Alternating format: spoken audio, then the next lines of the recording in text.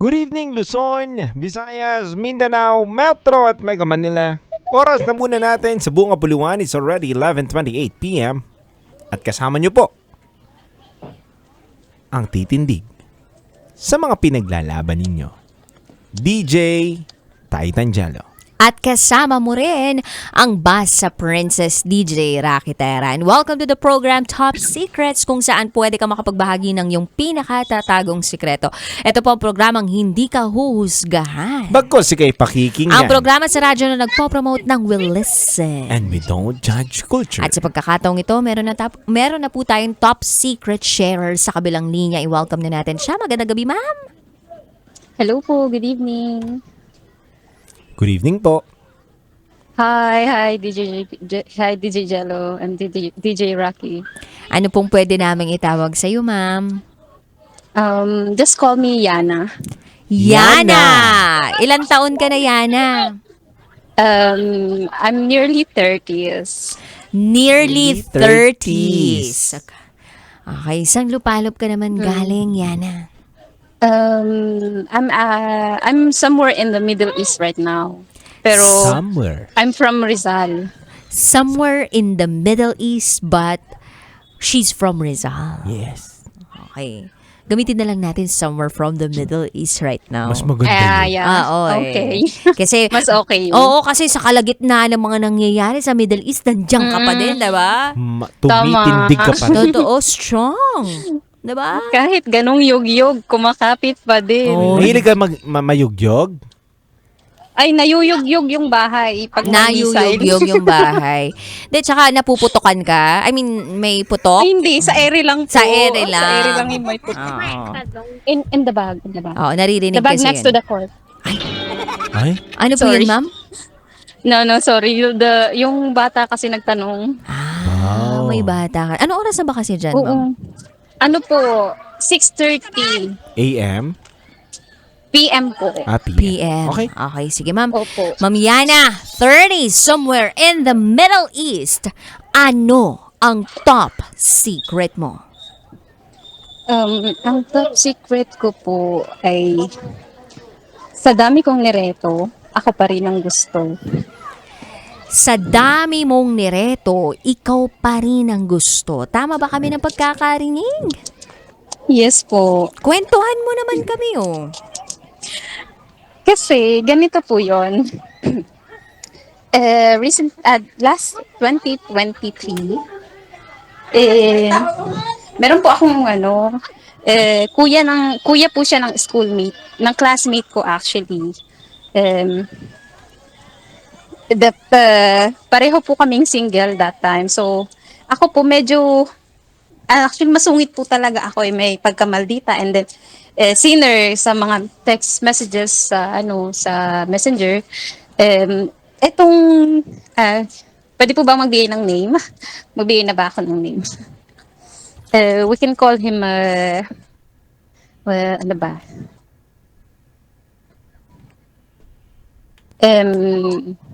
Tago natin siya sa Jay pangalan. na lang po. Jay na lang. Manalo? Jay, Matalo. Matalo. Pwedeng manalo. Okay. Yun, si Jay po. So, ayan, palagi po siya nagme-message sa akin. Even greetings, Happy New Year and birthdays. Palagi po siya nagme-message sa akin. Tapos, ayun nga, palagi na kaming nagkakausap through chats, and sometimes tumatawag po siya. 1 second. Siri? Partner, busy tong caller natin. Noon dahil Kaya ginagawa. nga, No? Hello po. Ayan na. Okay. Sorry, medyo kinakabahan kasi ako, kaya yung No kwento worries, ko is nanginginig din. No worries, ma'am. Take your time and relax ka lang, ma'am. Nandito kami para makinig Okay. sa'yo, okay? Sorry ha. No worries. Tapos, ayun, bago po ako bumalik para magbakasyon sa Pilipinas, is palagi na po kaming magkausap.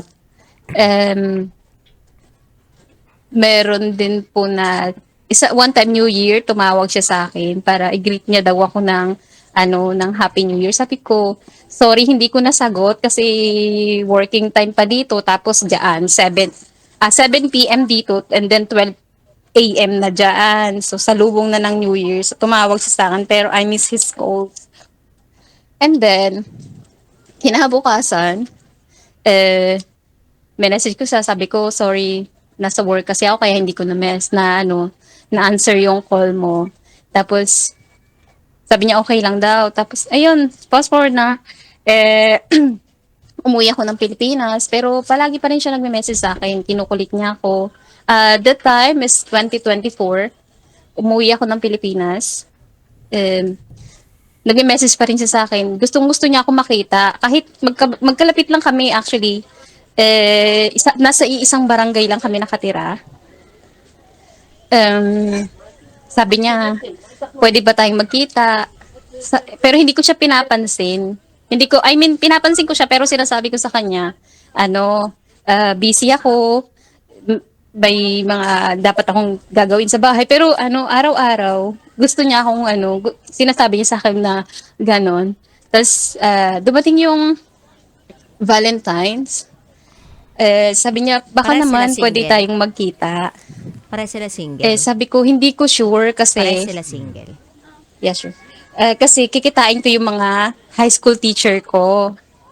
Sabi niya, anong oras ba kayo alis? Sabi ko, around 6 p.m. Sabi niya, sure, pwede naman siguro. Tapos sabi ko, Tanong ko ulit. okay, sige, pumayag na ako. Pero bago ako pumayag pala, kasama ko, dumating na yung time na magkakasama na kami ng mga teachers ko. Tapos sabi ko, ma'am, gusto daw po ni Jay pumunta. Pinaalam ko sa kanila. Sabi niya, sabi ng teacher ko, sure, wala namang problema eh. Then, tinanong niya ako, naliligaw ba sa'yo si Jay? Sabi ko, opo. Sabi na siya sa akin na manliligaw, pero parang hindi pa ako ready that time. Hindi ko alam kung bakit. Or maybe, kasi parang, ano ba tawag nito? Natatakot pa ako ulit sumubok. Dahil nga sa mga past relationship ko. Nung dumating na yung time na nagkita-kita na kami, pumunta na si Jay. So, nagpaalam na yung dalawang teacher ko na uuwi na kasi nga gabi na. So, sige, go. Dalawa na lang kami naiwan.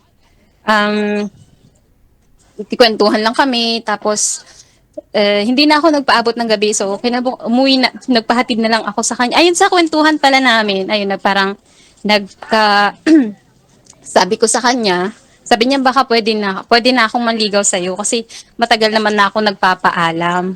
Sabi ko hindi pwede kasi, hindi ko pala sinabing hindi pwede. Sabi ko na lang sa kanya, maipapakilala ako sa'yo. Yun ang palagi kong sinasabi sa kanya na, mairereto ako. Sabi niya, bakit mo ba ako nireretohan? Every time na nagpapaalam ako sa iyong manligaw.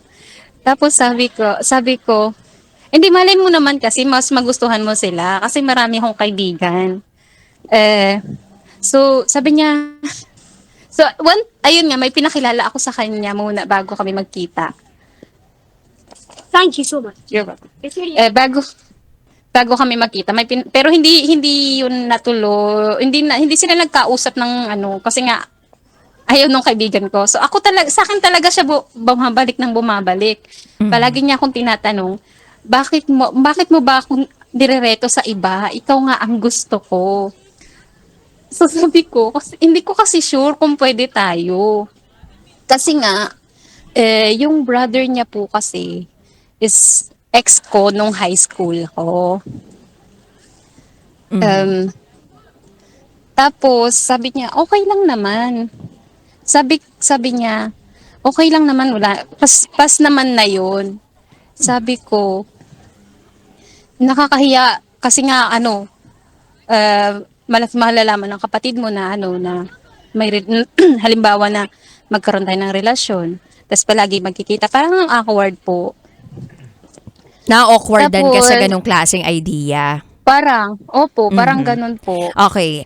Yana, wait lang ha. Kasi parang ang dami mo ng beses na nare-reject itong si Guy. Na Opo. para bang ang dami mo ng mga nirereto sa kanya. Nakailang reto ka sa kanya na babae?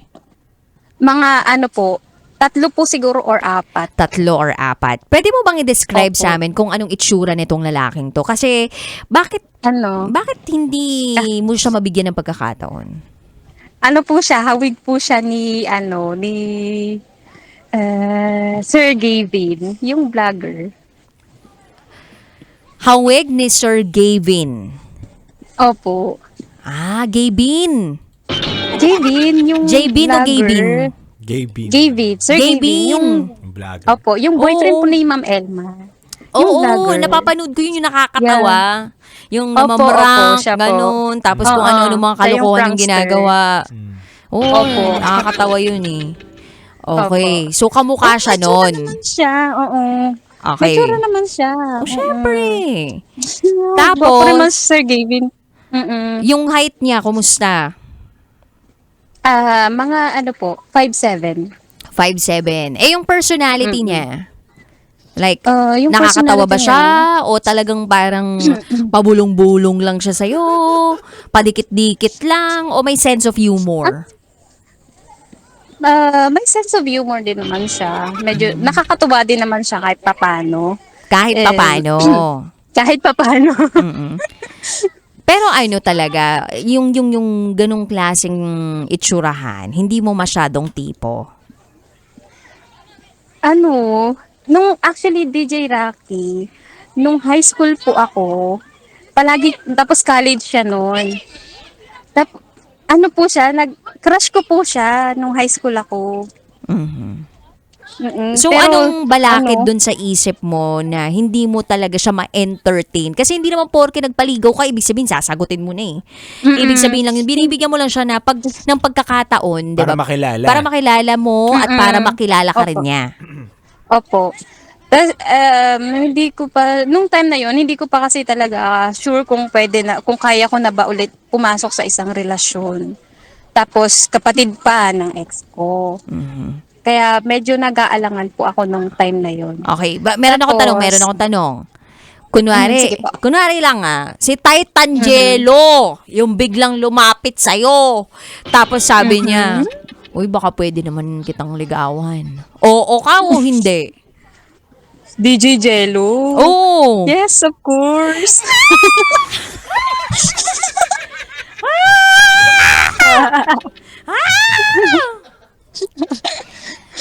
Naramdaman ko, naihi ka ng onte sa salawal mo, sis.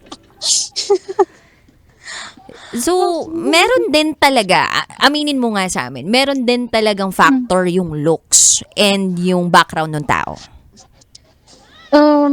For me po, kasi DJ Rocky, okay naman po siya. Aha. Ito na nga po, pwede ko na po ba i-continue? Oh, sige. Okay, Sorry. sige. Pasensya na. Pasensya na, Tanong kasi- si Rocky, tsaka nagtanong kami, ha? Oo, kasi talagang Okay.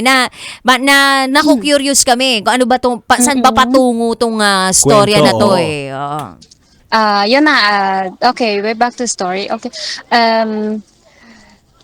Nagkaroon po ng time na in-invite niya po ako sa bahay nila kasi mayroong okasyon. Sabi niya, punta ka dito sa bahay, ipapakilala din kita sa mama ko. Doon na medyo na ako kasi makikita ko yung makikita ko yung nanay niya. Tapos at that time nandun din yung kapatid niya. Pero hindi ko siya dinecline yung invitation niya. Pumunta pa rin po ako sa bahay nila kasi tumawag din po siya. Tapos kasama niya yung mama niya na iniimbita nila ako sa bahay nila. Pinakilala niya ako sa nanay niya. Actually, kilala ko naman yung nanay niya pero I was in elementary days that time. So, okay, fast forward. We went to go out to date. Parang kumbaga doon na parang binigyan ko na siya ng chance na ligawan niya ako. Pumayag na rin ako na kasi maraming beses na rin kami 3 beses yata kami nagkita. Tapos sabi ko and then feel ko naman na sincere siya sa panliligaw sa akin. Tapos inexplain ko naman sinabi ko sa kanya na okay lang ba na kung halimbawa papasok tayo sa relasyon is ex ko yung kapatid mo. Ang sabi niya sa akin, wala namang kaso sa akin yun. nakaraan naman na yon. Kaya tanggap ko kung ano man yung nakaraan mo. Tapos, okay na, okay, ayun, okay, pumayag ako, naligawan niya ako. Actually, bago po ako bumalik dito sa sa Middle East, one day before ng flight ko, doon ko siya sinagot. Ang bilis lang, ganun lang kabilis.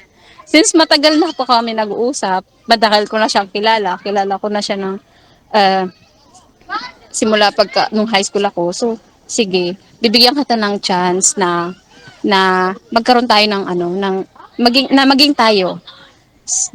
Tapos nung naging kami na, okay, continue, call, video call, pero LDR po.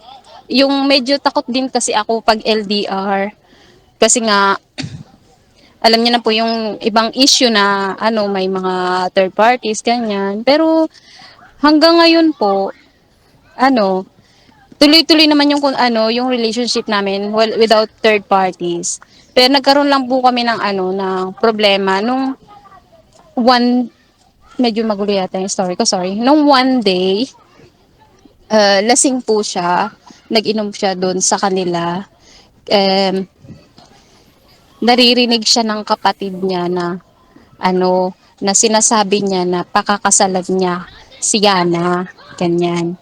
Pakakasalan ko si Yana. Palagi niyang sinasabi yon na ganon, kahit hindi siya lasing or lasing siya. Tapos dun, time na yon, narinig po nung kapatid niyang nung kapatid niya ng ex ko. Sabi niya, sabi nung ng ex ko, nung time na yon, para sa kinento lang din po kasi yun sa akin nung ni Jay. Sabi po nung kapatid niya, pakakasalan ni kuya si Yana. Tapos, hindi ko, nahirapan ako.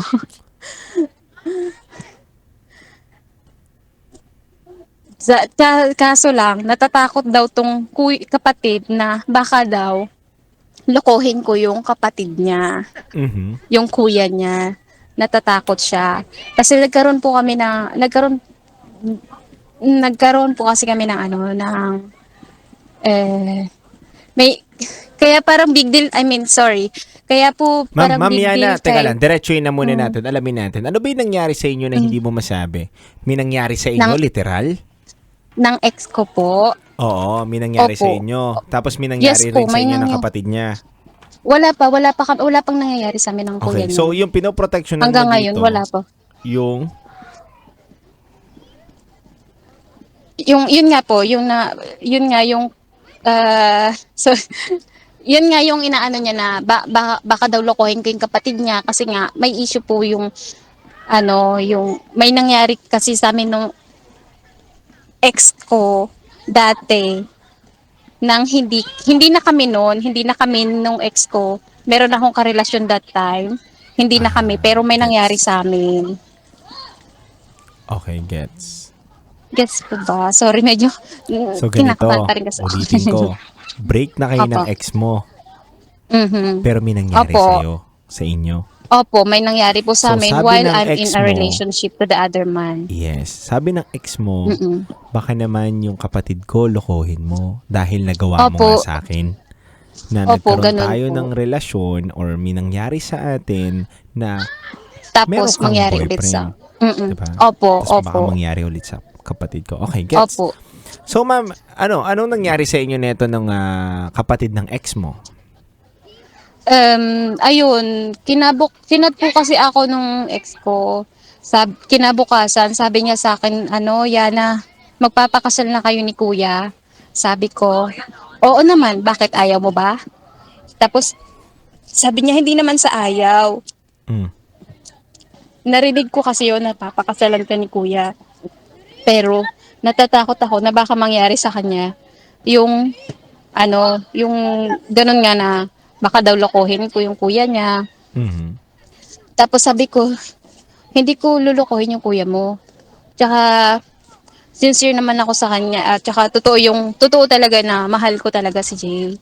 Tapos doon ako na ano na mag-move on, sabi ko mag-move on na lang tayo, tanggapin na lang natin kung ano yung meron ngayon. Tapos hindi ko napansin, nabasa pala yun ng asawa niya, ng asawa ni ex. Kasi may asawa na po si ex eh. Mm. Tapos, ayun po, nagkaroon po kami ng pagtatalo na tungkol nga doon. Tapos, hindi ko pa po yun nasabi kay Jay na may nangyari po sa amin ng kapatid niya. Sabi ko, tapos yun nga, chinat ko po itong boyfriend ko, si Jay. Sabi ko, may sasabihin ako sa'yo.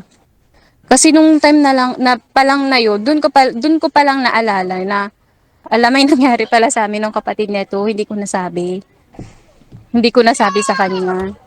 Ba't kailangan mo Tapos, sabihin? Kasi nga, syempre, kasi baka po kasi, mas maganda po kasi sa akin manggagaling bago niya malaman sa iba. Parang ganun po yung So, gusto may kong nangyari sa sabihin. inyo ng Gusto kapatid kong, niya? oo, opo, na kung tatanggapin niya o hindi, kung hindi, edi wala po akong magagawa dun. Pero kung tanggap niya, it's thank you, tanggap mo ako, ganun. Tapos, yun nga, tinawagan ko siya. Sabi ko, may sasabihin ako sa'yo. Mm. Sabi niya, ano yun? Sabi ko, sorry, hindi ko nasabi sa'yo. Gusto ko man sa libing, pero nakalimutan ko talaga to. May nangyari sa amin ng kapatid mo. Nagulat ako sa sagot niya, DJ Jello. Ang sagot niya sa akin, alam ko. Alam ko na, sabi niya ganun. Dahil Sabi sinabi ko, ng kapatid paano mo? niya? Opo, pero bago pa maging kami ni Jay, naikwento na pala ng kapatid niya sa kanya na may nangyari na sa amin. Mhm. Before pa. Anong reaction niya daw? Parang hindi pa kasi kami noon, tapos binata pa yung kapatid niya. So, parang lang sa kanya kasi kilala niya yung kapatid niya na chick boy. Tapos, parang hindi na lang siya nagulat doon kasi hindi rin po naman namin ine-expect na na magkakaroon kami ng relasyon ngayon ni Jay. So, nung sinabi ko po sa kanya yun, sabi niya sa akin, alam ko na ganun kasi sinabi niya na yan sa akin dati pa. Sabi ko, alam mo na pala, bakit hindi mo sinabi sa akin na alam mong may nangyaring ganun? Sabi niya, hindi naman, ang sagot niya po sa akin is, hindi naman na importante kung ano yung nangyari sa iyo dati, sa inyo. Matagal na yun eh. Mhm. Nakaraan na yun. Hindi na yun mahalaga sa akin. Ang importante sa akin ngayon is kung ano yung meron tayo. Which means, tanggap niya talaga na So, yung Yana, nakaraan ko. so Yana, lilinawin ko lang at lilinawin lang namin ni Opo. partner na ang iyong top secret tonight is may tao na kahit ibigay mo na siya o ireto mo siya sa iba o malaman niya yung pinaka pangit na pagkatao Nangyari. mo o nangyari sa buhay mo, Tanggap niya. tanggap ka pa rin niya. Uy, Yes very po, rare opo. yan ha. Partner, Opo. tama ba ako? Na ang hirap na makahanap ng tao ngayon na handa kang tanggapin maging sino ka man. Oo naman. Exactly. Oo Opo. naman. Napakahirap na Kaya, magkaroon ng ganong klaseng tao, 'di ba, na pipiliin ka sa dami-dami ng choices, 'di ba, na inilalahad mo na sa kanya. Ikaw at ikaw pa rin ang pinipili. So, Tama po. Yana, tama ba? Tama ba? Going Opo. strong kayo Opo. ngayon ni Jay? Yes po. And actually, we're planning to get married next year. Wow, congratulations in advance. And kumusta Opo, naman yung relationship thank ninyo with the ex-boyfriend? Yung ex-boyfriend ko po is hindi ko siya nakakausap. Yung asawa niya lang po. Pero yung asawa niya, kinausap ko po ng maayos. Pero nung una po, syempre nandun po yung init ng ulo. So parang hindi po kami masyadong nagkakaintindihan kasi hindi po kami nag-usap ng matagal. Neto na lang po recently, doon na lang po kami ulit nagkaayos. So, Kasi umokey na that time kayo? po opo, nung time po kasi na yon, parang sabi ko maghiwalay na, gusto kong makipaghiwalay na lang din dun kay Jay kasi nga iniisip ko na baka nga kung ano-anong isipin ng pamilya niya. Kasi kahit sa nanay niya po, nalaman ng nanay niya kasi sinabi po sinabi po nung babae, Nung nung asawa asawa ni nung ex ex. mo. Mm-mm. Oo, Kumbaga may bad opo. impression na sa kanila Mm-mm. yung ginawa Mm-mm. mo. Opo. Kaya, that day po, kinausap ko yung kinausap ko po talaga yung nanay nila. Sabi ko, yung nangyari po na yun, alam ko pong mali yun kasi nasa isang relasyon po ako nung panahon na yun. Tapos hinayaan ko na may nangyari sa amin ng ex ko, ng ex ko. Pero actually, linawin ko lang po na nung time na may nangyari po sa amin ng ex ko is pareho po kaming nakainom. Tapos ayun na, kinausap po yung nanay niya na gano'n, humihingi po ako ng pasensya. Tapos ang sagot ng nanay niya sa akin, alam naman na ni Jay na may nangyari sa inyo, pero tinuloy niya pa ring ligawan ka. So, ibig sabihin, tanggap niya yung nakaraan mo, tanggap ka niya, seryoso siya sa nararamdaman niya sa'yo. Mhm. So, tapos sabi po nung nanay niya sa akin, wala naman na akong magagawa kasi alam kong mahal ka ng anak ko. Yung kapatid niya, sinabi niya lang yun kasi gusto niyang protektahan yung kuya niya kasi yung kuya niya is grabe daw pong magmahal talaga. Doon po, naintindihan ko po na parang sabi ko, hindi sayang yung binigay kong pagkakataon para mahalin at mahalin ko rin si Jay. Oo. Kumbaga, talagang good catch itong si Jay. Kasi Yes po. grabe kung magmahal itong si Jay. Meron ka bang mensahe para kay Jay bago natin tapusin itong programang ito? Yes po. Go ahead.